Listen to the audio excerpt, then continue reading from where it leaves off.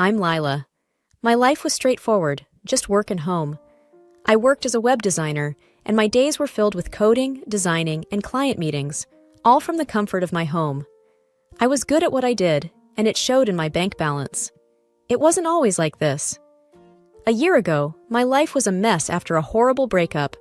I had sworn off relationships, focusing only on work. But then, I met Ethan at a friend's party. Ethan came up to me with a simple, "Hi, I'm Ethan. You're Lila, right?" His voice was calm and steady, no airs, no pretense. "Yes, that's me," I replied, taking in his casual attire and easygoing smile. We talked about everything that evening, from movies to our hobbies. He mentioned he worked in sales and seemed to enjoy his job. "You must love what you do," he commented after I explained my work. "I do," I smiled. "It's more than just a job for me." He nodded, and we continued chatting for what felt like hours. By the end of the evening, we had exchanged numbers. It wasn't long before our casual chats turned into dates, and our dates turned into serious discussions about our future together. Ethan was different from the men I'd known. He was kind, attentive, and seemed genuinely interested in my life. I remember our third date distinctly. We were sitting in a small cafe, and he handed me a bouquet of flowers. "For you," he said simply. "Oh, Ethan, they're lovely," I replied, taken aback by the gesture. "I thought they'd make you smile," he grinned. We dated for a few months, and everything felt perfect. So when Ethan proposed, I didn't hesitate. We had a simple wedding and moved in together. My house, spacious and filled with the memories of my single life, now echoed with our shared laughter. However, things took a turn when Ethan came home one day looking distressed. "I lost my job, Lila," he began, avoiding my gaze. I was stunned, but tried to be understanding. "It's okay, Ethan. We'll manage. You'll find another job soon." He looked relieved. "Thank you for understanding. I promise I'll make this right." I believed him. Truly I did. But as days turned into weeks and weeks into months, with Ethan not working and his job interviews leading nowhere, my patience began to wear thin. As the days went by, my trust in Ethan waned, replaced by an unsettling anxiety. Our financial situation was still stable thanks to my job, but Ethan's attitude towards employment became increasingly lackadaisical. One evening, I overheard him talking on the phone. "Yes, Mom, I'm taking care of everything. Lila's just doing her little web designing thing, but I'm handling the big stuff." That conversation irked me. Was he implying that he was the primary earner? A week later, his sister Elsie dropped by for a visit. She and I never really got along. Our beliefs and lifestyles were polar opposites. She had chosen a life completely centered around her home and husband, a choice I respected but couldn't understand. The moment she walked in, she started inspecting the place. "Lila, don't you ever dust around here?" she commented, running her finger along a shelf. "We've both been busy, Elsie," I said, trying to remain calm. She smirked. "Well, maybe if you focused less on work and more on your home." "Elsie, Lila's doing a lot, okay? You don't need to come here and criticize." Ethan quickly interjected, trying to mediate. Elsie raised an eyebrow. "Oh, I know you're taking care of everything, Ethan. I just feel bad you married someone who can't even keep a house tidy." I was fuming. "Elsie, it's not just my job to keep the house clean. Ethan lives here too." Ethan glanced at me, then at his sister, a silent plea in his eyes. "Let's not discuss this here," he said softly. Elsie smirked. Of course, wouldn't want to make things uncomfortable. But remember, Ethan, a man's role is to provide. I was left seething as Elsie sauntered out, leaving a trail of tension in her wake. Later that evening, I tried talking to Ethan. "Why does Elsie think you're the main provider? Why is she under the impression that I'm just sitting around doing nothing?" Ethan looked uncomfortable. "Look, Lila, I might have mentioned to her that I'm handling a lot of things. I didn't want her or Mom thinking less of me because I'm not working." "That doesn't give you the right to belittle my contribution, Ethan. We're supposed to be a team," I replied, frustration evident in my voice. Ethan sighed. "I'm sorry, Lila. I'll clear things up with Elsie and Mom. Please give me some time." The days that followed were full of tension. Every morning, as I settled into my home office, the same nagging thought kept bothering me. Was Ethan being truthful? How much more was he keeping from me? It was one evening, as I sat down to pay some bills, that I noticed something off. A hefty amount had been transferred monthly from our joint account to an unfamiliar one. Curiosity piqued, I decided to dig deeper. I approached Ethan as he lounged on the couch. "Hey, I noticed some transfers from our account. Do you know anything about it?" Ethan looked up, startled. "Oh, yeah, that's just some money I've been sending to Mom to help her out."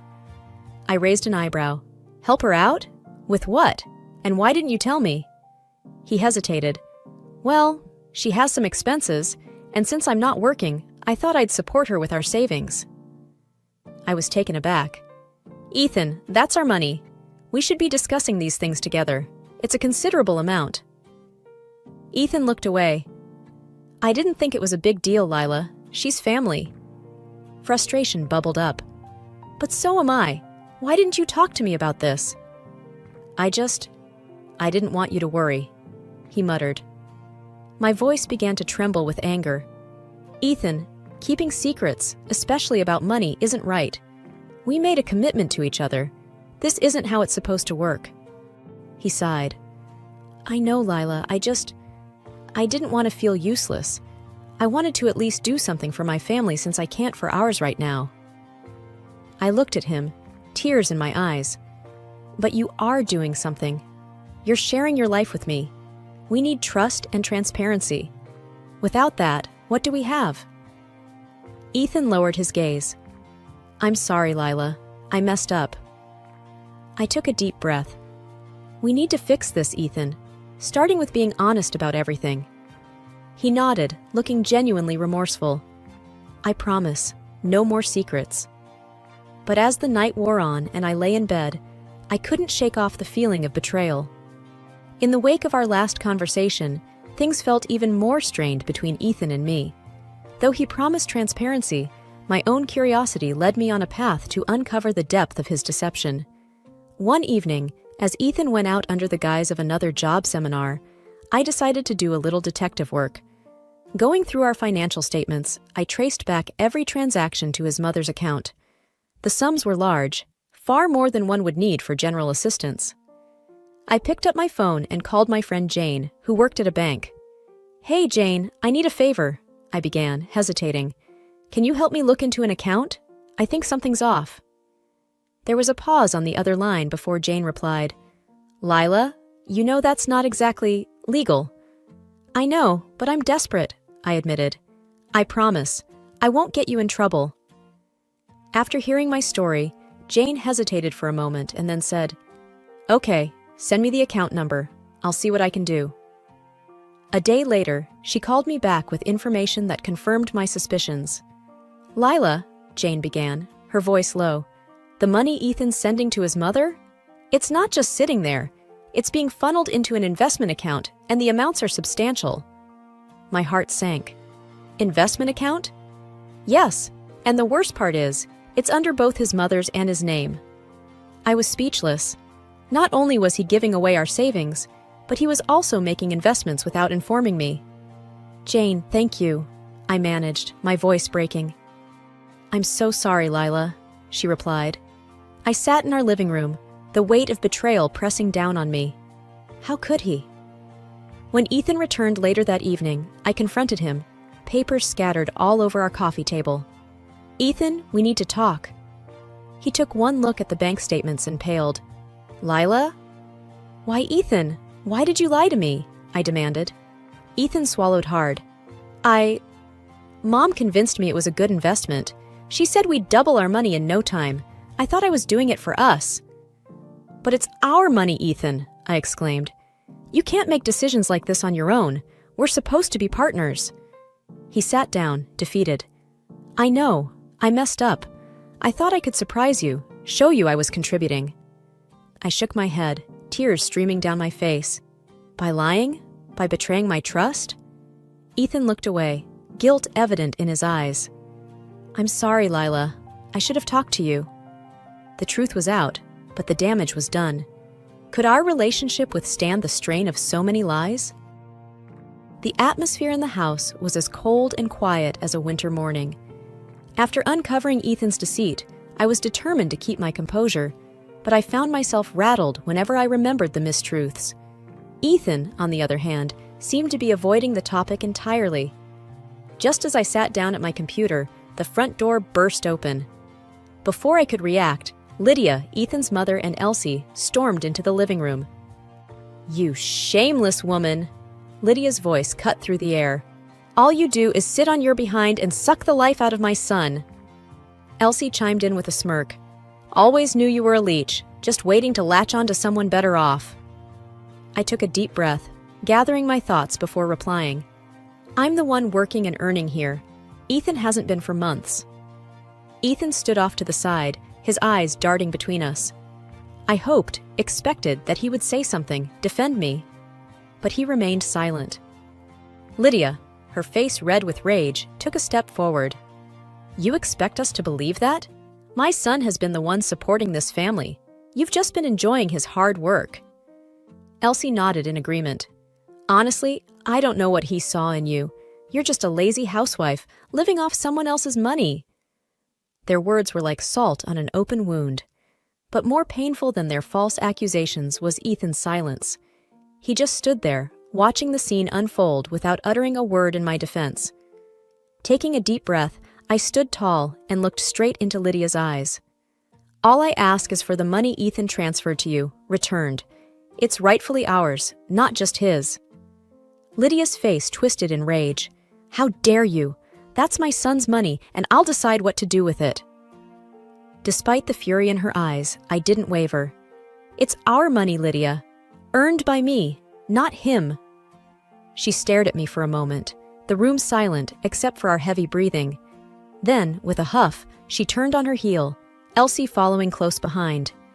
"This isn't over!" Lydia spat as she stormed out of the house. The door slammed shut behind them, leaving a lingering echo. I turned to Ethan, waiting for him to say something, anything. But he just looked down, avoiding my gaze. The gravity of the situation weighed heavily on me. Not only was there deceit about money, but I was also fighting a battle with his family on my own. His silence hurt more than any deceit ever could. A few days after the confrontation, I sat in my home office, distracted by everything that had occurred. The tranquility of my workspace, usually a haven for creativity, now felt stifling. Taking a sip from my coffee, I pondered on how to reclaim my dignity and pride. The first step was clear. I accessed my online bank, scrutinizing every transaction, noting down each suspicious transfer. The amount Ethan had funneled to his mother was staggering. Money I had earned with sweat and sleepless nights, taken without my knowledge. A message pinged on my computer. It was from Lucy, a friend since college, and also a brilliant lawyer. I had confided in her about the whole situation, and she was eager to help. "Hey, I've looked into your situation. Let's meet for lunch?" her message read. We met at a quiet bistro, away from prying eyes. "So," Lucy began, stirring her iced tea, "I've been doing some digging, and I think we have a solid case here. It's about time we put Ethan and his family in their place." I nodded, taking a deep breath. "I just want what's rightfully mine, Lucy. I can't let them get away with this." Lucy's eyes gleamed with determination. "Trust me, they won't." Weeks turned into a whirlwind of paperwork, meetings, and strategy sessions. Lucy and I, along with a team she'd put together, found evidence not only of Ethan's deceit, but also questionable transactions involving Lydia's accounts. It was a spiderweb of lies and deceit, with Ethan and Lydia at its center. One evening, after another exhaustive session, Lucy looked at me and said, "It's time. Let's serve them the papers." The next morning, Lucy and I drove to Lydia's place. Ethan's car was parked outside. Perfect. We rang the bell, and Elsie answered, her face a mask of fake surprise. "Oh, it's you," she sneered. "We're not here for games," I said coldly. "Is Ethan here?" Before Elsie could reply, Ethan emerged from the living room. His confident smirk vanished as Lucy handed him an envelope. "You're being sued," she said crisply. "For fraud and theft. I'd advise you to get a lawyer." His face paled. "This is ridiculous," he exclaimed. "No, what's ridiculous is you stealing from your wife and lying about it," I retorted. Lydia appeared at the door, her eyes scanning the scene. "What's going on here?" "You might want to read this too," Lucy said, handing her another envelope. As Lydia read the documents, her face went from smug to horrified. "You can't do this." I stood tall, all the pain and humiliation fueling my resolve. "I can, and I am. See you in court." Walking away from that house, with Lucy by my side, I felt a weight lifted. It wasn't about revenge. It was about justice. It was about standing up for myself when others tried to push me down. It was about reclaiming my power. And it was served cold. As the days drew closer to our court date, I braced myself for the inevitable backlash. I knew Lydia and Ethan wouldn't go down without a fight. And while I was emotionally ready, I didn't expect them to bring the battle right to my doorstep. It was a chilly evening when my doorbell rang. Peering through the peephole, I saw them, Lydia, Elsie, and Ethan, their faces a cocktail of anger and determination. Taking a deep breath, I opened the door. "Thought you'd ambush us with that lawsuit, did you?" Lydia spat out, taking a step inside. Ethan and Elsie trailed behind her, blocking the exit. "Calm down, Lydia. This isn't a good look for you," I replied evenly. "You think you can just humiliate us in public? Drag our name through the mud?" Elsie snapped, her voice dripping with contempt. "It's simple," I replied coolly. "Return the money, and this ends." Ethan, who had been silent till now, looked at me with a mix of frustration and sadness. "Is this how you want things to end? By suing your own family?" "Family?" I echoed, my voice icy. "A family doesn't steal from each other. A family doesn't lie and degrade one another." He sighed. "I made a mistake, but taking us to court? That's extreme." "It's justice," I responded, "and I'm not dropping the case." Lydia, crimson with rage, glared at me. "We won't let you tarnish our reputation. You're going to regret this." "Is that a threat?" I countered. "Everything I've done is legal. Can you say the same?" "Enough!" Ethan shouted. "This is getting us nowhere." I fixed him with a steely gaze. "You're right. It's clear where we all stand. Now, I suggest you leave." Elsie sneered. "You may have gotten the upper hand now, but remember, the courts haven't decided anything yet." "We'll see," I replied confidently. As they left, the tension in the room was palpable, but I stood my ground. They had come to intimidate, to make me doubt my course. But it had the opposite effect. Their visit only solidified my decision. There was no turning back now, and whatever the outcome, I was ready. The day of the court hearing arrived quicker than I anticipated. As I entered the building, my heels clicked sharply against the marble floor, echoing the resolute beat of my heart. There was a thrum of anticipation in the air, and I could feel eyes on me, but I remained focused, my gaze unwavering. Sitting across the room, Lydia, Elsie, and Ethan whispered among themselves, casting furtive glances in my direction. Ethan looked especially worn out, his earlier confidence replaced by clear anxiety. Lydia, on the other hand, wore a mask of defiance, while Elsie's face was set in a frown, her eyes hard and calculating. The room fell silent as the judge entered, taking her place at the bench. "We are gathered here today to discuss the matter of financial fraud and theft," she began. "Present your case." My lawyer stepped forward, presenting the evidence of the unauthorized transfers and Ethan's deception. The paper trail was undeniable, every detail meticulously recorded. The judge frequently glanced up from the documents, looking first at Ethan and then at me. Ethan's lawyer made a valiant attempt to argue that the money was gifted willingly, but the evidence against them was insurmountable. When Lydia was called to the stand, her arrogance was palpable. "That money was for my son," she declared. "It was only right that he should have it." "But it wasn't yours to take," I replied calmly when it was my turn to speak. "And it wasn't yours to keep," Lydia snapped, pointing a shaking finger at me. The judge interjected. "This isn't about family dynamics. This is about the law, and the law is clear on this matter." Hours seemed to stretch on as the proceedings continued. When the final verdict was read, vindication surged through me. Ethan was ordered to return every cent he had taken, and additional punitive damages were awarded to me for the deceit and emotional trauma. After the hearing, As I stepped out into the crisp air, I felt lighter than I had in months. This was more than just a legal victory.